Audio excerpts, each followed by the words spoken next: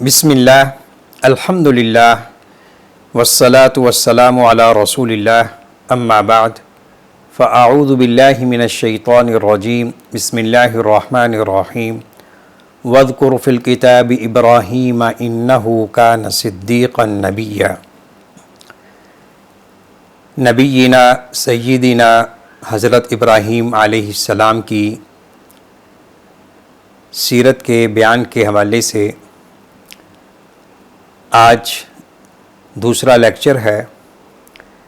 اور اس وقت ہمارے سامنے سورہ مریم کی آیات کریمہ زیر موضوع ہیں۔ آیت نمبر 41 سے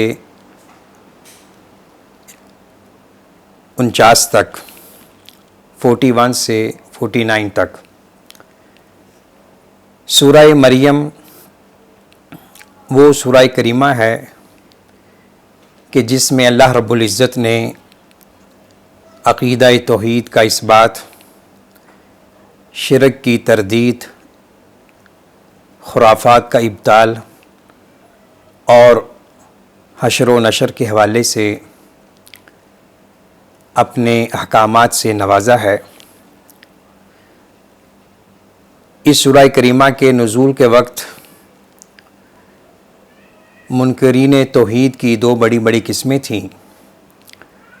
اہل کتاب یعنی یہود و نصارہ اور مکہ کے مشرکین۔ یہود و نصارہ جنہوں نے اللہ رب العزت کے ساتھ شرک کیا، یہود نے حضرت عزیر کو اللہ کا بیٹا کہا، نصارہ نے حضرت عیسیٰ علیہ السلام کو اللہ کا بیٹا کہا، تو اللہ رب العزت نے اس مقام قرآنی سے پہلے کی آیات میں ان کے غلط عقائد کی تردید فرمائی ہے، اور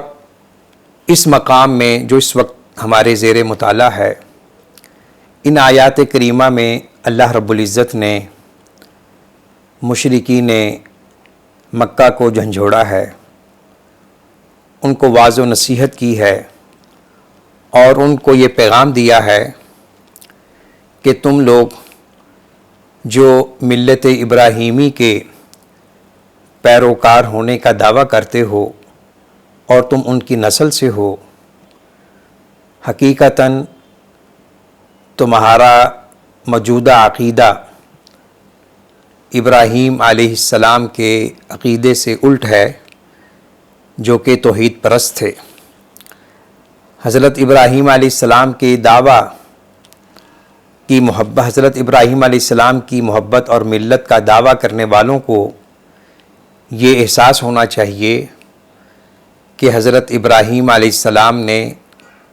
عقیدہ توحید کی خاطر بہت کچھ قربان کیا، اور تم اے اہل مکہ ہمارے رسول محمد صلی اللہ علیہ وسلم کو اسی جرم کی پاداش میں تکلیفیں دے رہے ہو، اذیتیں دے رہے ہو، کبھی ان کو قید کرنے کا منصوبہ بناتے ہو، کبھی ان کو جلا وطن کرنے کا منصوبہ بناتے ہو، اور کبھی ان کو ترغیبات اور مختلف قسم کی آفرت سے اور مطالبوں سے ان کو ان کے مشن سے دور ہٹانا چاہتے ہو، تو آپ کے سامنے حضرت ابراہیم علیہ السلام کا قصہ، واقعہ بیان کیا جا رہا ہے، تاکہ تمہیں ان کی حقیقت کا صحیح معنوں میں ادراک ہو سکے کہ وہ کس دین کے پیروکار تھے، ان کا کیا عقیدہ تھا، اور انہوں نے اس عقیدہ توحید کی خاطر کس انداز میں اپنی دعوت کو اپنی قوم میں، اپنے خاندان میں، اپنے اہل علاقہ میں، اور بالخصوص اپنے گھر میں کیسے دعوت توحید کی نشر و اشاعت کا کام کیا۔ اور ساتھ ہی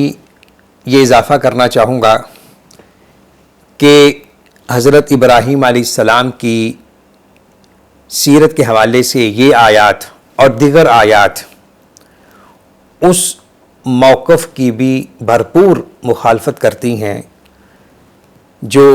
اس بنیاد پر قائم کیا گیا ہے ماضی قریب میں اور عصر حاضر میں۔ بعض لوگ جو اپنی فکر اور دانش کو فروغ دینا چاہتے ہیں اور وحدت انسانیت، وحدت ادیان کو قائم کرنا چاہتے ہیں، ان کا ایک فلسفہ یا نقطہ نظر یہ ہے کہ ساری نوع انسانیت ابراہیم علیہ السلام کی ملت اور دین پر مجتمع ہو سکتی ہے، کیونکہ تمام ادیان و ملل کے لوگ اپنی نسبت اس نبی معظم خلیل اللہ ابو الانبیاء علیہ السلام کی طرف کرنا باعث فخر سمجھتے ہیں۔ لیکن یہ موقف یا نقطہ نظر بہت ہی سطحی قسم کا ہے اور دل کو بہلانے کے لیے آپ کہہ سکتے ہیں کہ ایک شوشہ ہے۔ در حقیقت جو لوگ حضرت ابراہیم علیہ السلام کی ہسٹری سے، تاریخ سے، سیرت سے واقف ہیں، وہ اس موقف کی کبھی بھی تائید نہیں کر سکتے۔ کیوں؟ حضرت ابراہیم علیہ السلام کی سیرت اول تا آخر عقیدہ توحید کے اثبات اور شرک کے ابطال کے محور و مرکز کے ارد گرد گھومتی ہے۔ تو یہ ہو نہیں سکتا کہ کوئی شخص ملت ابراہیمی کا پیروکار کہلائے اور اس کے عقیدے میں شرک ہو۔ حضرت ابراہیم علیہ السلام کی حقیقی متبعین، پیروکار وہی ہیں جو نبی آخر الزماں حضرت محمد صلی اللہ علیہ وسلم کو خاتم الانبیاء مانتے ہیں اور حضرت ابراہیم علیہ السلام کی دعوت کے ساتھ متفق ہیں۔ یوں تو تمام نبیوں کی دعوت عقیدہ توحید پر مبنی ہے۔ تمام نبیوں کی دعوت میں جو ایک مرکزی نقطہ اشتراک ہے وہ دعوت اللہ ہے، توحید کی دعوت ہے۔ وَمَا أَرْسَلْنَا مِن قَبْلِكَ مِن رَّسُولٍ إِلَّا نُوحِي إِلَيْهِ أَنَّهُ لَا إِلَٰهَ إِلَّا أَنَا فَاعْبُدُونِ وَلَقَدْ بَعَثْنَا فِي كُلِّ أُمَّةٍ رَّسُولًا أَنِ اعْبُدُوا اللَّهَ وَاجْتَنِبُوا الطَّاغُوتَ مَا لَكُم مِّنْ إِلَٰهٍ غَيْرُهُ۔ ان نصوص قرآنیہ کا لب لباب یہ ہے کہ ہر نبی، ہر رسول نے اپنی قوم کو اور اپنے وقت کے زمانے کے طبقات انسانیت کو صرف اور صرف ایک اللہ کی عبادت کی طرف بلایا ہے۔ تو یوں اس مقام میں اس موقف کے حوالے سے بھی ہمارے لیے ایک میسج ہے، ایک پیغام ہے۔ حضرت ابراہیم علیہ السلام نے اپنی قوم کو عقیدہ توحید کی طرف دعوت دی اور اس عقیدہ توحید کی نشر و اشاعت کی خاطر آپ کو گھر سے بے گھر ہونا پڑا، وطن سے بے وطن ہونا پڑا، اپنے والدین کو چھوڑنا پڑا، وطن مألوف سے ہجرت کرنا پڑی اور پردیسی کی زندگی اختیار کرنا پڑی، اور بھی مختلف قسم کے امتحانات اور ابتلاءات سے آپ کو گزرنا پڑا۔ تو عقیدہ توحید در حقیقت تمام نبیوں کی دعوت کا مرکزی موضوع ہے، اور اسی عقیدہ توحید کی موجودگی میں پوری نوع انسانیت کامیابی حاصل کر سکتی ہے۔ اور جہاں یہ عقیدہ توحید مضبوط ہوگا، مستحکم ہوگا، وہاں معاشروں میں استحکام ہوگا، اطمینان ہوگا، یکسوئی ہوگی اور پوری امت ایک لڑی میں پروئی ہوئی نظر آئے گی۔ اور جہاں اس عقیدے میں کمزوری، ضعف نظر آئے گا تو وہاں خلفشار ہوگا، انتشار ہوگا۔ تو اب آئیے سورہ مریم کی ان آیات کریمہ کی روشنی میں ہم حضرت ابراہیم علیہ السلام کی سیرت کا اس روشن پہلو کا جائزہ لیں جو کہ بہت سے اسباق اور دروس پر مشتمل ہے، اور یہ مقام قرآنی اس میں ایک اہم درس اولاد کے لیے ہے۔ کہ اولاد اپنے والدین سے کس طرح مخاطب ہو۔ حضرت ابراہیم علیہ السلام اختلاف عقیدہ کے باوجود اپنے والد ماجد کو جس انداز میں پکار رہے ہیں وہ ہم سب کے لیے باعث عبرت ہے، اور اس میں ہمارے لیے درس تربیت ہے۔ میں آپ حضرات سے یہ بھی التماس کروں گا کہ یہ آیات کریمہ خود بھی یاد کریں اور ان بچوں کو بھی یاد کروائیں جو غیر مہذب ہیں، غیر مؤدب زبان بولتے ہیں، ان کو احساس ادراک ہو کہ والد سے کس طرح مخاطب ہونا ہے۔ اختلاف عقیدہ حسن سلوک اور حسن تعامل کے لیے رکاوٹ نہیں ہے، لیکن ہم مسلمان ہو کر اور کتاب و سنت کے پیروکار ہونے کا دعویٰ کرنے کے باوجود ہم ایک دوسرے کے ساتھ کس طرح برتاؤ کرتے ہیں، والدین اور اولاد کا کیا تعلق ہے، یہ ہمارے سامنے ہے۔ تو اس میں ہمارے لیے ایک اصلاحی پہلو بھی ہے، تربیتی پہلو بھی ہے۔ وَاذْكُرْ فِي الْكِتَابِ إِبْرَاهِيمَ إِنَّهُ كَانَ صِدِّيقًا نَبِيًّا، اور اس کتاب میں ابراہیم کا ذکر کیجئے، بے شک وہ بہت سچا انسان تھا، نبی تھا۔ صدیق صدق سے ہے، صادق سچے انسان کو کہتے ہیں، صدیق صفت مبالغہ ہے، جو اپنے قول میں، اپنے عمل میں، اپنے کردار، گفتار، اطوار میں سچا ہو، راست باز ہو، جس کی زبان اس کے دل کا ساتھ دے رہی ہو اور اس کے دل میں وہی ہو جو اس کی زبان میں ہے، یعنی قول و عمل کے کردار کی سچائی کا انسان۔ صدیق، یہ مقام صدیقیت نبوت کے بعد کا سب سے اونچا مرتبہ ہے۔ تو ہر نبی صدیق ہوتا ہے اور ہر صدیق نبی نہیں ہوتا۔ ہماری امت اسلام میں بھی مقام صدیقیت ہے، اور اس مقام صدیقیت میں سب سے نمایاں شخصیت خلیفۃ المسلمین، امیر المؤمنین حضرت ابو بکر صدیق رضی اللہ تعالی عنہ ہیں۔ تو حضرت مریم علیہ السلام کو بھی صدیقہ کا لفظ دیا گیا ہے۔ ام المؤمنین حضرت عائشہ رضی اللہ تعالی عنہا کا بھی لقب صدیقہ کائنات ہے۔ تو یہ بہت اونچا مقام ہے۔ تو اللہ رب العزت نے حضرت ابراہیم علیہ السلام کا پہلا وصف یہاں یہ بیان فرمایا کہ وہ سچے تھے، راست باز تھے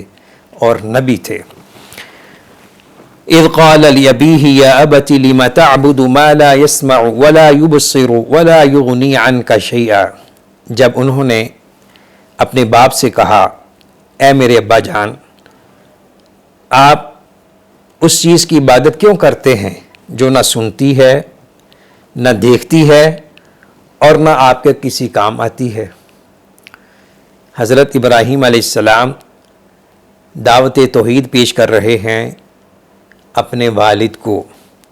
اور والد بت پرست ہیں اور بت فروش ہیں، بت گھر ہیں، بلکہ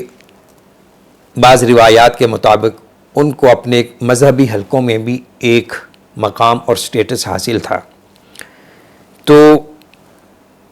والد کو بڑے ہی خوبصورت انداز میں، پیار بھرے اسلوب میں مخاطب کر رہے ہیں کہ ابا جان، آپ ایسی مورتیوں کی، بتوں کی عبادت کیوں کرتے ہیں جو سنتے نہیں، دیکھتے نہیں اور آپ کو کسی قسم کا فائدہ بھی نہیں دے سکتے؟ تو گویا کہ ایک عقلی دلیل حضرت ابراہیم علیہ السلام نے اپنے والد کے سامنے رکھی۔ گفتگو کا سلسلہ مزید جاری کرتے ہوئے فرمایا، یا ابت انی قد جاءنی من العلم ما لم یأتک فاتبعنی اہدک صراطا سویا، اے میرے ابا جان، یقیناً میرے پاس کچھ ایسا علم آیا ہے جو آپ کے پاس نہیں ہے، یعنی علم الوحی، اللہ کی طرف سے نبوت و رسالت کا علم۔ فاتبعنی اہدک صراطا سویا،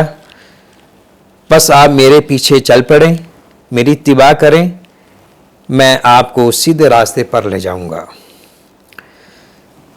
اس مقام میں حضرت ابراہیم علیہ السلام نے والد کو مزید اطمینان دلاتے ہوئے کہا کہ میں جو توحید کی بات کر رہا ہوں اس کی اساس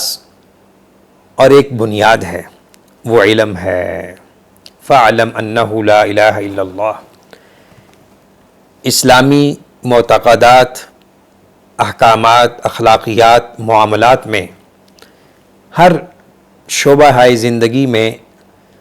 علم اساس ہے اور ایک بنیاد ہے، اور جو نبیوں کا علم ہوتا ہے اس کی اساس اور بنیاد علم الوحی ہے۔ وحی کا علم جو اللہ رب العزت عطا فرماتے ہیں اپنے فرشتوں کے ذریعے اپنے مخصوص بندوں کو۔ تو حضرت ابراہیم علیہ السلام نے اپنے اس مقام نبوت و رسالت کا ذکر فرمایا اور کہا کہ میں اس علم کی روشنی میں آپ کو منزل مقصود کی طرف لے جاؤں گا۔ سویہ یعنی سیدھا راستہ جس میں کوئی ٹیڑھ نہیں ہے، کج روی نہیں ہے اور الجھاؤ ابہام نہیں ہے، وہ صراط مستقیم ہے۔ گویا کہ حضرت ابراہیم علیہ السلام یہ بتلانا چاہ رہے ہیں کہ میں اور آپ ایک منزل کے راہی ہیں، ہم مسافر ہیں، لیکن منزل کا تعین اور منزل کے راستے کا علم مجھے ہے، آپ کو نہیں ہے، تو آپ میرے پیچھے آتے جائیں، میں آپ کو منزل مقصود کی طرف لے جاؤں گا۔ یا ابت لا تعبد الشیطان ان الشیطان کان للرحمن عصیا۔ اور تیسری بار وہی جملہ دہرایا، اے ابا جان آپ شیطان کی عبادت نہ کیجئے، بے شک شیطان رحمان اللہ کا نافرمان ہے، سخت نافرمان ہے۔ حضرت ابراہیم علیہ السلام کے والد بظاہر بتوں کی عبادت کرتے تھے، شیطان کی عبادت نہیں کرتے تھے، اور کوئی بھی شخص کتنا ہی گمراہ کیوں نہ ہو، منحرف ہو، وہ کبھی نہیں کہہ سکتا کہ میں شیطان کی عبادت کر رہا ہوں۔ تو یہاں مقصود یہ ہے شیطان کی اطاعت، اس کے پیچھے چلنا، کیونکہ جو بھی صراط مستقیم سے ہٹ کر کوئی راستہ اختیار کرتا ہے، خرافات، شرکیات، بدعات کا، جو حقیقی دین سے ہٹ کر ہے، تو وہ اس راستے کو شیطان خوشنما کرتا ہے۔ تو شیطان کی اطاعت کو شیطان کی عبادت سے تعبیر کیا گیا ہے، اور شیطان تو وہ ہے کہ جو اپنے رب کا بہت بڑا نافرمان ہے، جس نے روز اول ہی سے اپنے رب کی نافرمانی کی ہے، حضرت آدم علیہ السلام کو سجدہ کرنے سے انکار کیا۔ تو اگر آپ اس راستے پہ چلتے رہیں گے تو گویا کہ آپ نے شیطان کی عبادت کی اس کا راستہ اختیار کیا ہے۔ پھر مزید فرمایا، یا ابت انی اخاف ان یمسک عذاب من الرحمن فتکون للشیطان ولیا۔ یہ چوتھا مقام ہے جس میں یا ابتی کے الفاظ کو دہرایا گیا، اے میرے ابا جان بے شک میں ڈرتا ہوں کہ آپ پر رحمان کی طرف سے کوئی عذاب آ لگے، پھر تو شیطان کا ساتھی بن جائے۔ یہاں بھی لطافت ہے، حسن ادب ہے، اور الفاظ کا بہترین چناؤ ہے۔ یہ نہیں کہا کہ اب آپ پر عذاب آ کر رہے گا، بلکہ بہت ہی ادیبانہ، فصاحت و بلاغت سے معمور ایسا اسلوب ہے کہ جس میں بڑی سخت بات کو بڑے سہل اور پیار بھرے انداز میں کہا گیا ہے۔ بس اوقات بعض لوگوں کے سخت مزاج کی وجہ سے یا سخت اسلوب کی وجہ سے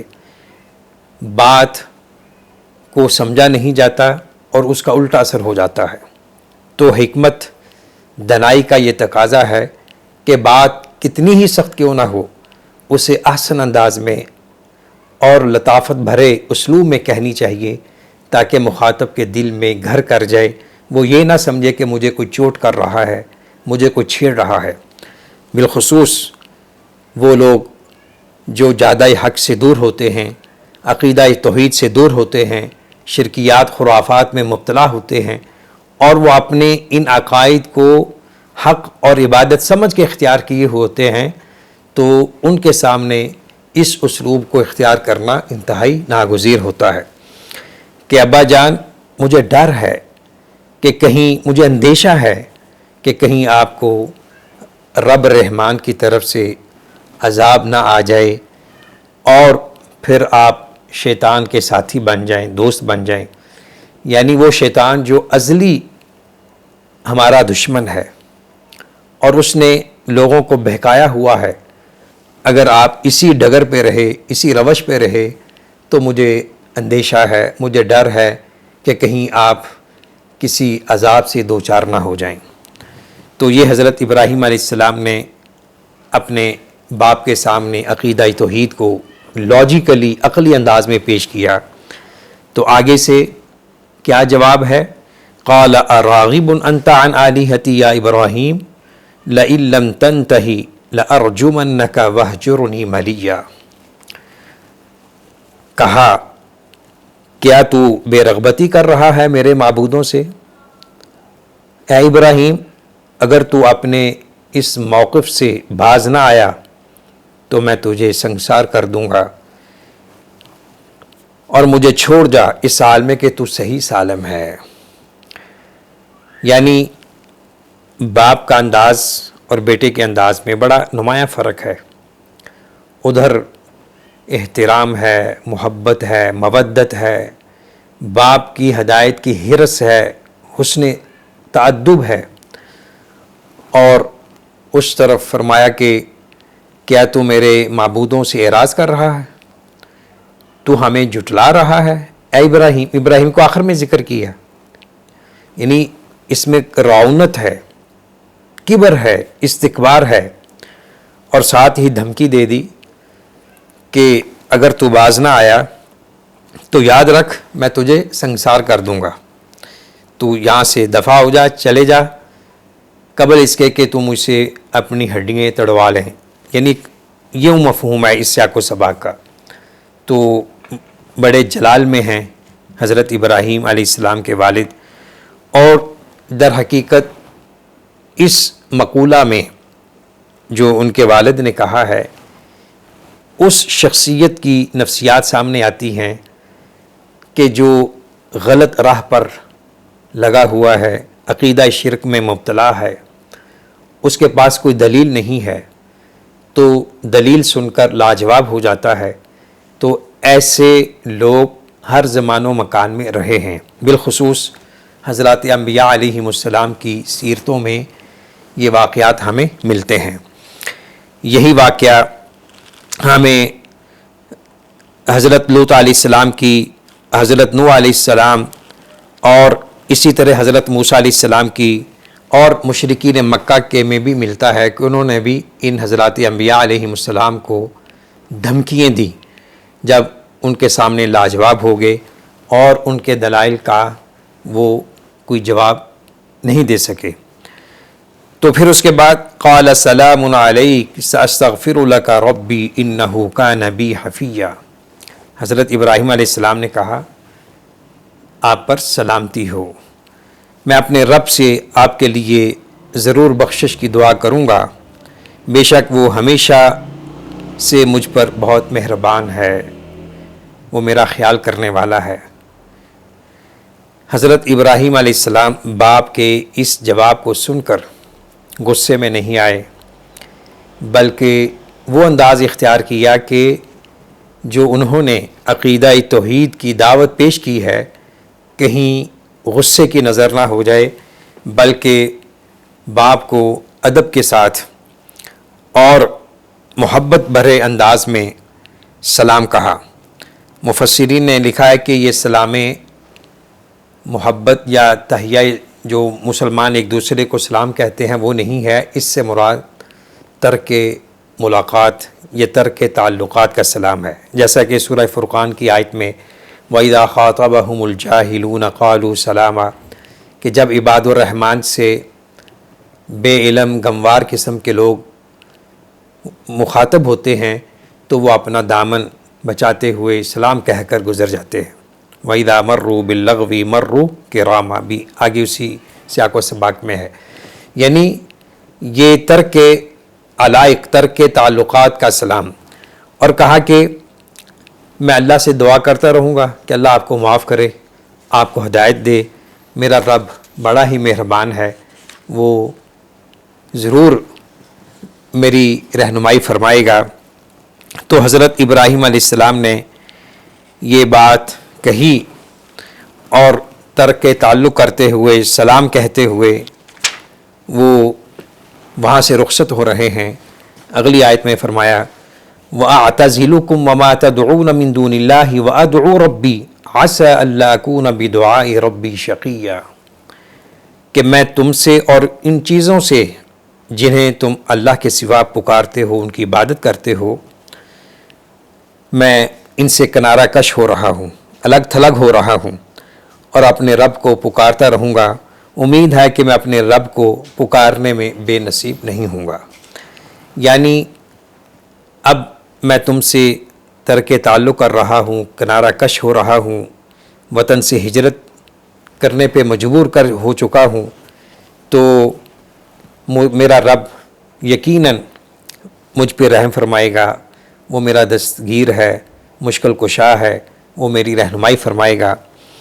فَلَمَّا اعْتَزَلَهُمْ وَمَا يَعْبُدُونَ مِن دُونِ اللَّهِ وَهَبْنَا لَهُ إِسْحَاقَ وَيَعْقُوبَ وَكُلًّا جَعَلْنَا نَبِيًّا، تو جب وہ ان سے اور ان چیزوں سے جن کی وہ اللہ کے سوا عبادت کرتے تھے، یعنی شرکاء اور مشرکین جو غیر اللہ کی، یعنی وہ مورتیاں، پتھر، لکڑیاں جن کی وہ عبادت کرتے تھے، معبودان باطلہ، ان سے الگ تھلگ ہو گئے،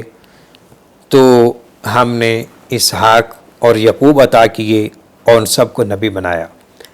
ہجرت فی سبیل اللہ کے بڑے فوائد ہیں، دینی اعتبار سے، ایمانی اعتبار سے، اخلاقی اعتبار سے، مادی، دنیاوی، سیاسی، معاشرتی، سماجی، ہر اعتبار سے۔ نبی اکرم صلی اللہ علیہ وسلم کی ہجرت مدینہ اس کی بہترین مثال ہے۔ جس شخص نے بھی اپنے دین، اخلاق کے تحفظ کی خاطر ہجرت کی، اس ماحول کو چھوڑا جہاں دین پر عمل کرنا مشکل تھا، اور وہ اس علاقے میں گیا جہاں اللہ کی عبادت کر سکتا تھا آزادی کے ساتھ، تو اللہ رب العزت نے ایسے لوگوں کی ہمیشہ مدد فرمائی، ان کی نصرت فرمائی۔ تو یہاں ان کی مدد اور نصرت کا ایک اظہار اس انداز میں کیا کہ ہجرت کے بعد ہم نے ابراہیم علیہ السلام کو، جو کہ بے وطن ہو گئے اور صحراؤں کی طرف نکل گئے، اور ان کی انسیت کے لیے، ان کو اطمینان کے لیے اللہ نے ان کو اسحاق عطا کیا اور ساتھ ہی پوتا یعقوب۔ تو یہ دونوں حضرات، حضرت اسحاق اور حضرت یعقوب علیہ السلام، ابراہیم علیہ السلام اسحاق بیٹے ہیں، یعقوب ان کے پوتے ہیں۔ اسماعیل علیہ السلام چونکہ اس وقت ان کے ساتھ نہیں تھے، وہ الگ رہ رہے تھے، اس لیے ان کا یہاں تذکرہ نہیں ہے۔ تو اس آیت سے معلوم ہوتا ہے کہ حضرت ابراہیم علیہ السلام کی زندگی ہی میں یہ دونوں حضرات مقام نبوت و رسالت پر فائز ہو چکے تھے اللہ کے فضل سے۔ وَوَهَبْنَا لَهُم مِّن رَّحْمَتِنَا وَجَعَلْنَا لَهُمْ لِسَانَ صِدْقٍ عَلِيًّا۔ آخری آیت یہ ہے، آیت نمبر 50، یعنی آیت نمبر 41 سے آیت نمبر 50 تک یہ سارا مقام حضرت ابراہیم علیہ السلام کے متعلق ہے، اور ہم نے انہیں اپنی رحمت سے حصہ عطا کیا اور انہیں سچی ناموری عطا کی، بہت اونچی۔ حضرت ابراہیم علیہ السلام کو اللہ نے یہ مقام عطا کیا ہے کہ ان کی بہت سے واقعات سیرت، واقعات زندگی اور ان کی جو شریعت کے کچھ اجزاء وہ ہماری دین، ہماری شریعت کا حصہ ہیں۔ اور اس سے بڑھ کر آپ کی ناموری کیا ہو سکتی ہے کہ جو مسلمان نماز پڑھتا ہے، جب تک وہ نماز میں درود ابراہیمی نہ پڑھے اس کی نماز نہیں ہوتی۔ تو حضرت ابراہیم علیہ السلام کا بہت اونچا مقام ہے، جس طرح کہ نبی جینا محمد صلی اللہ علیہ وسلم کا مقام ہے وَرَفَعْنَا لَكَ ذِكْرَكَ۔ خلاصہ کلام یہ ہے کہ ان آیات کریمہ میں حضرت ابراہیم علیہ السلام نے اپنے والد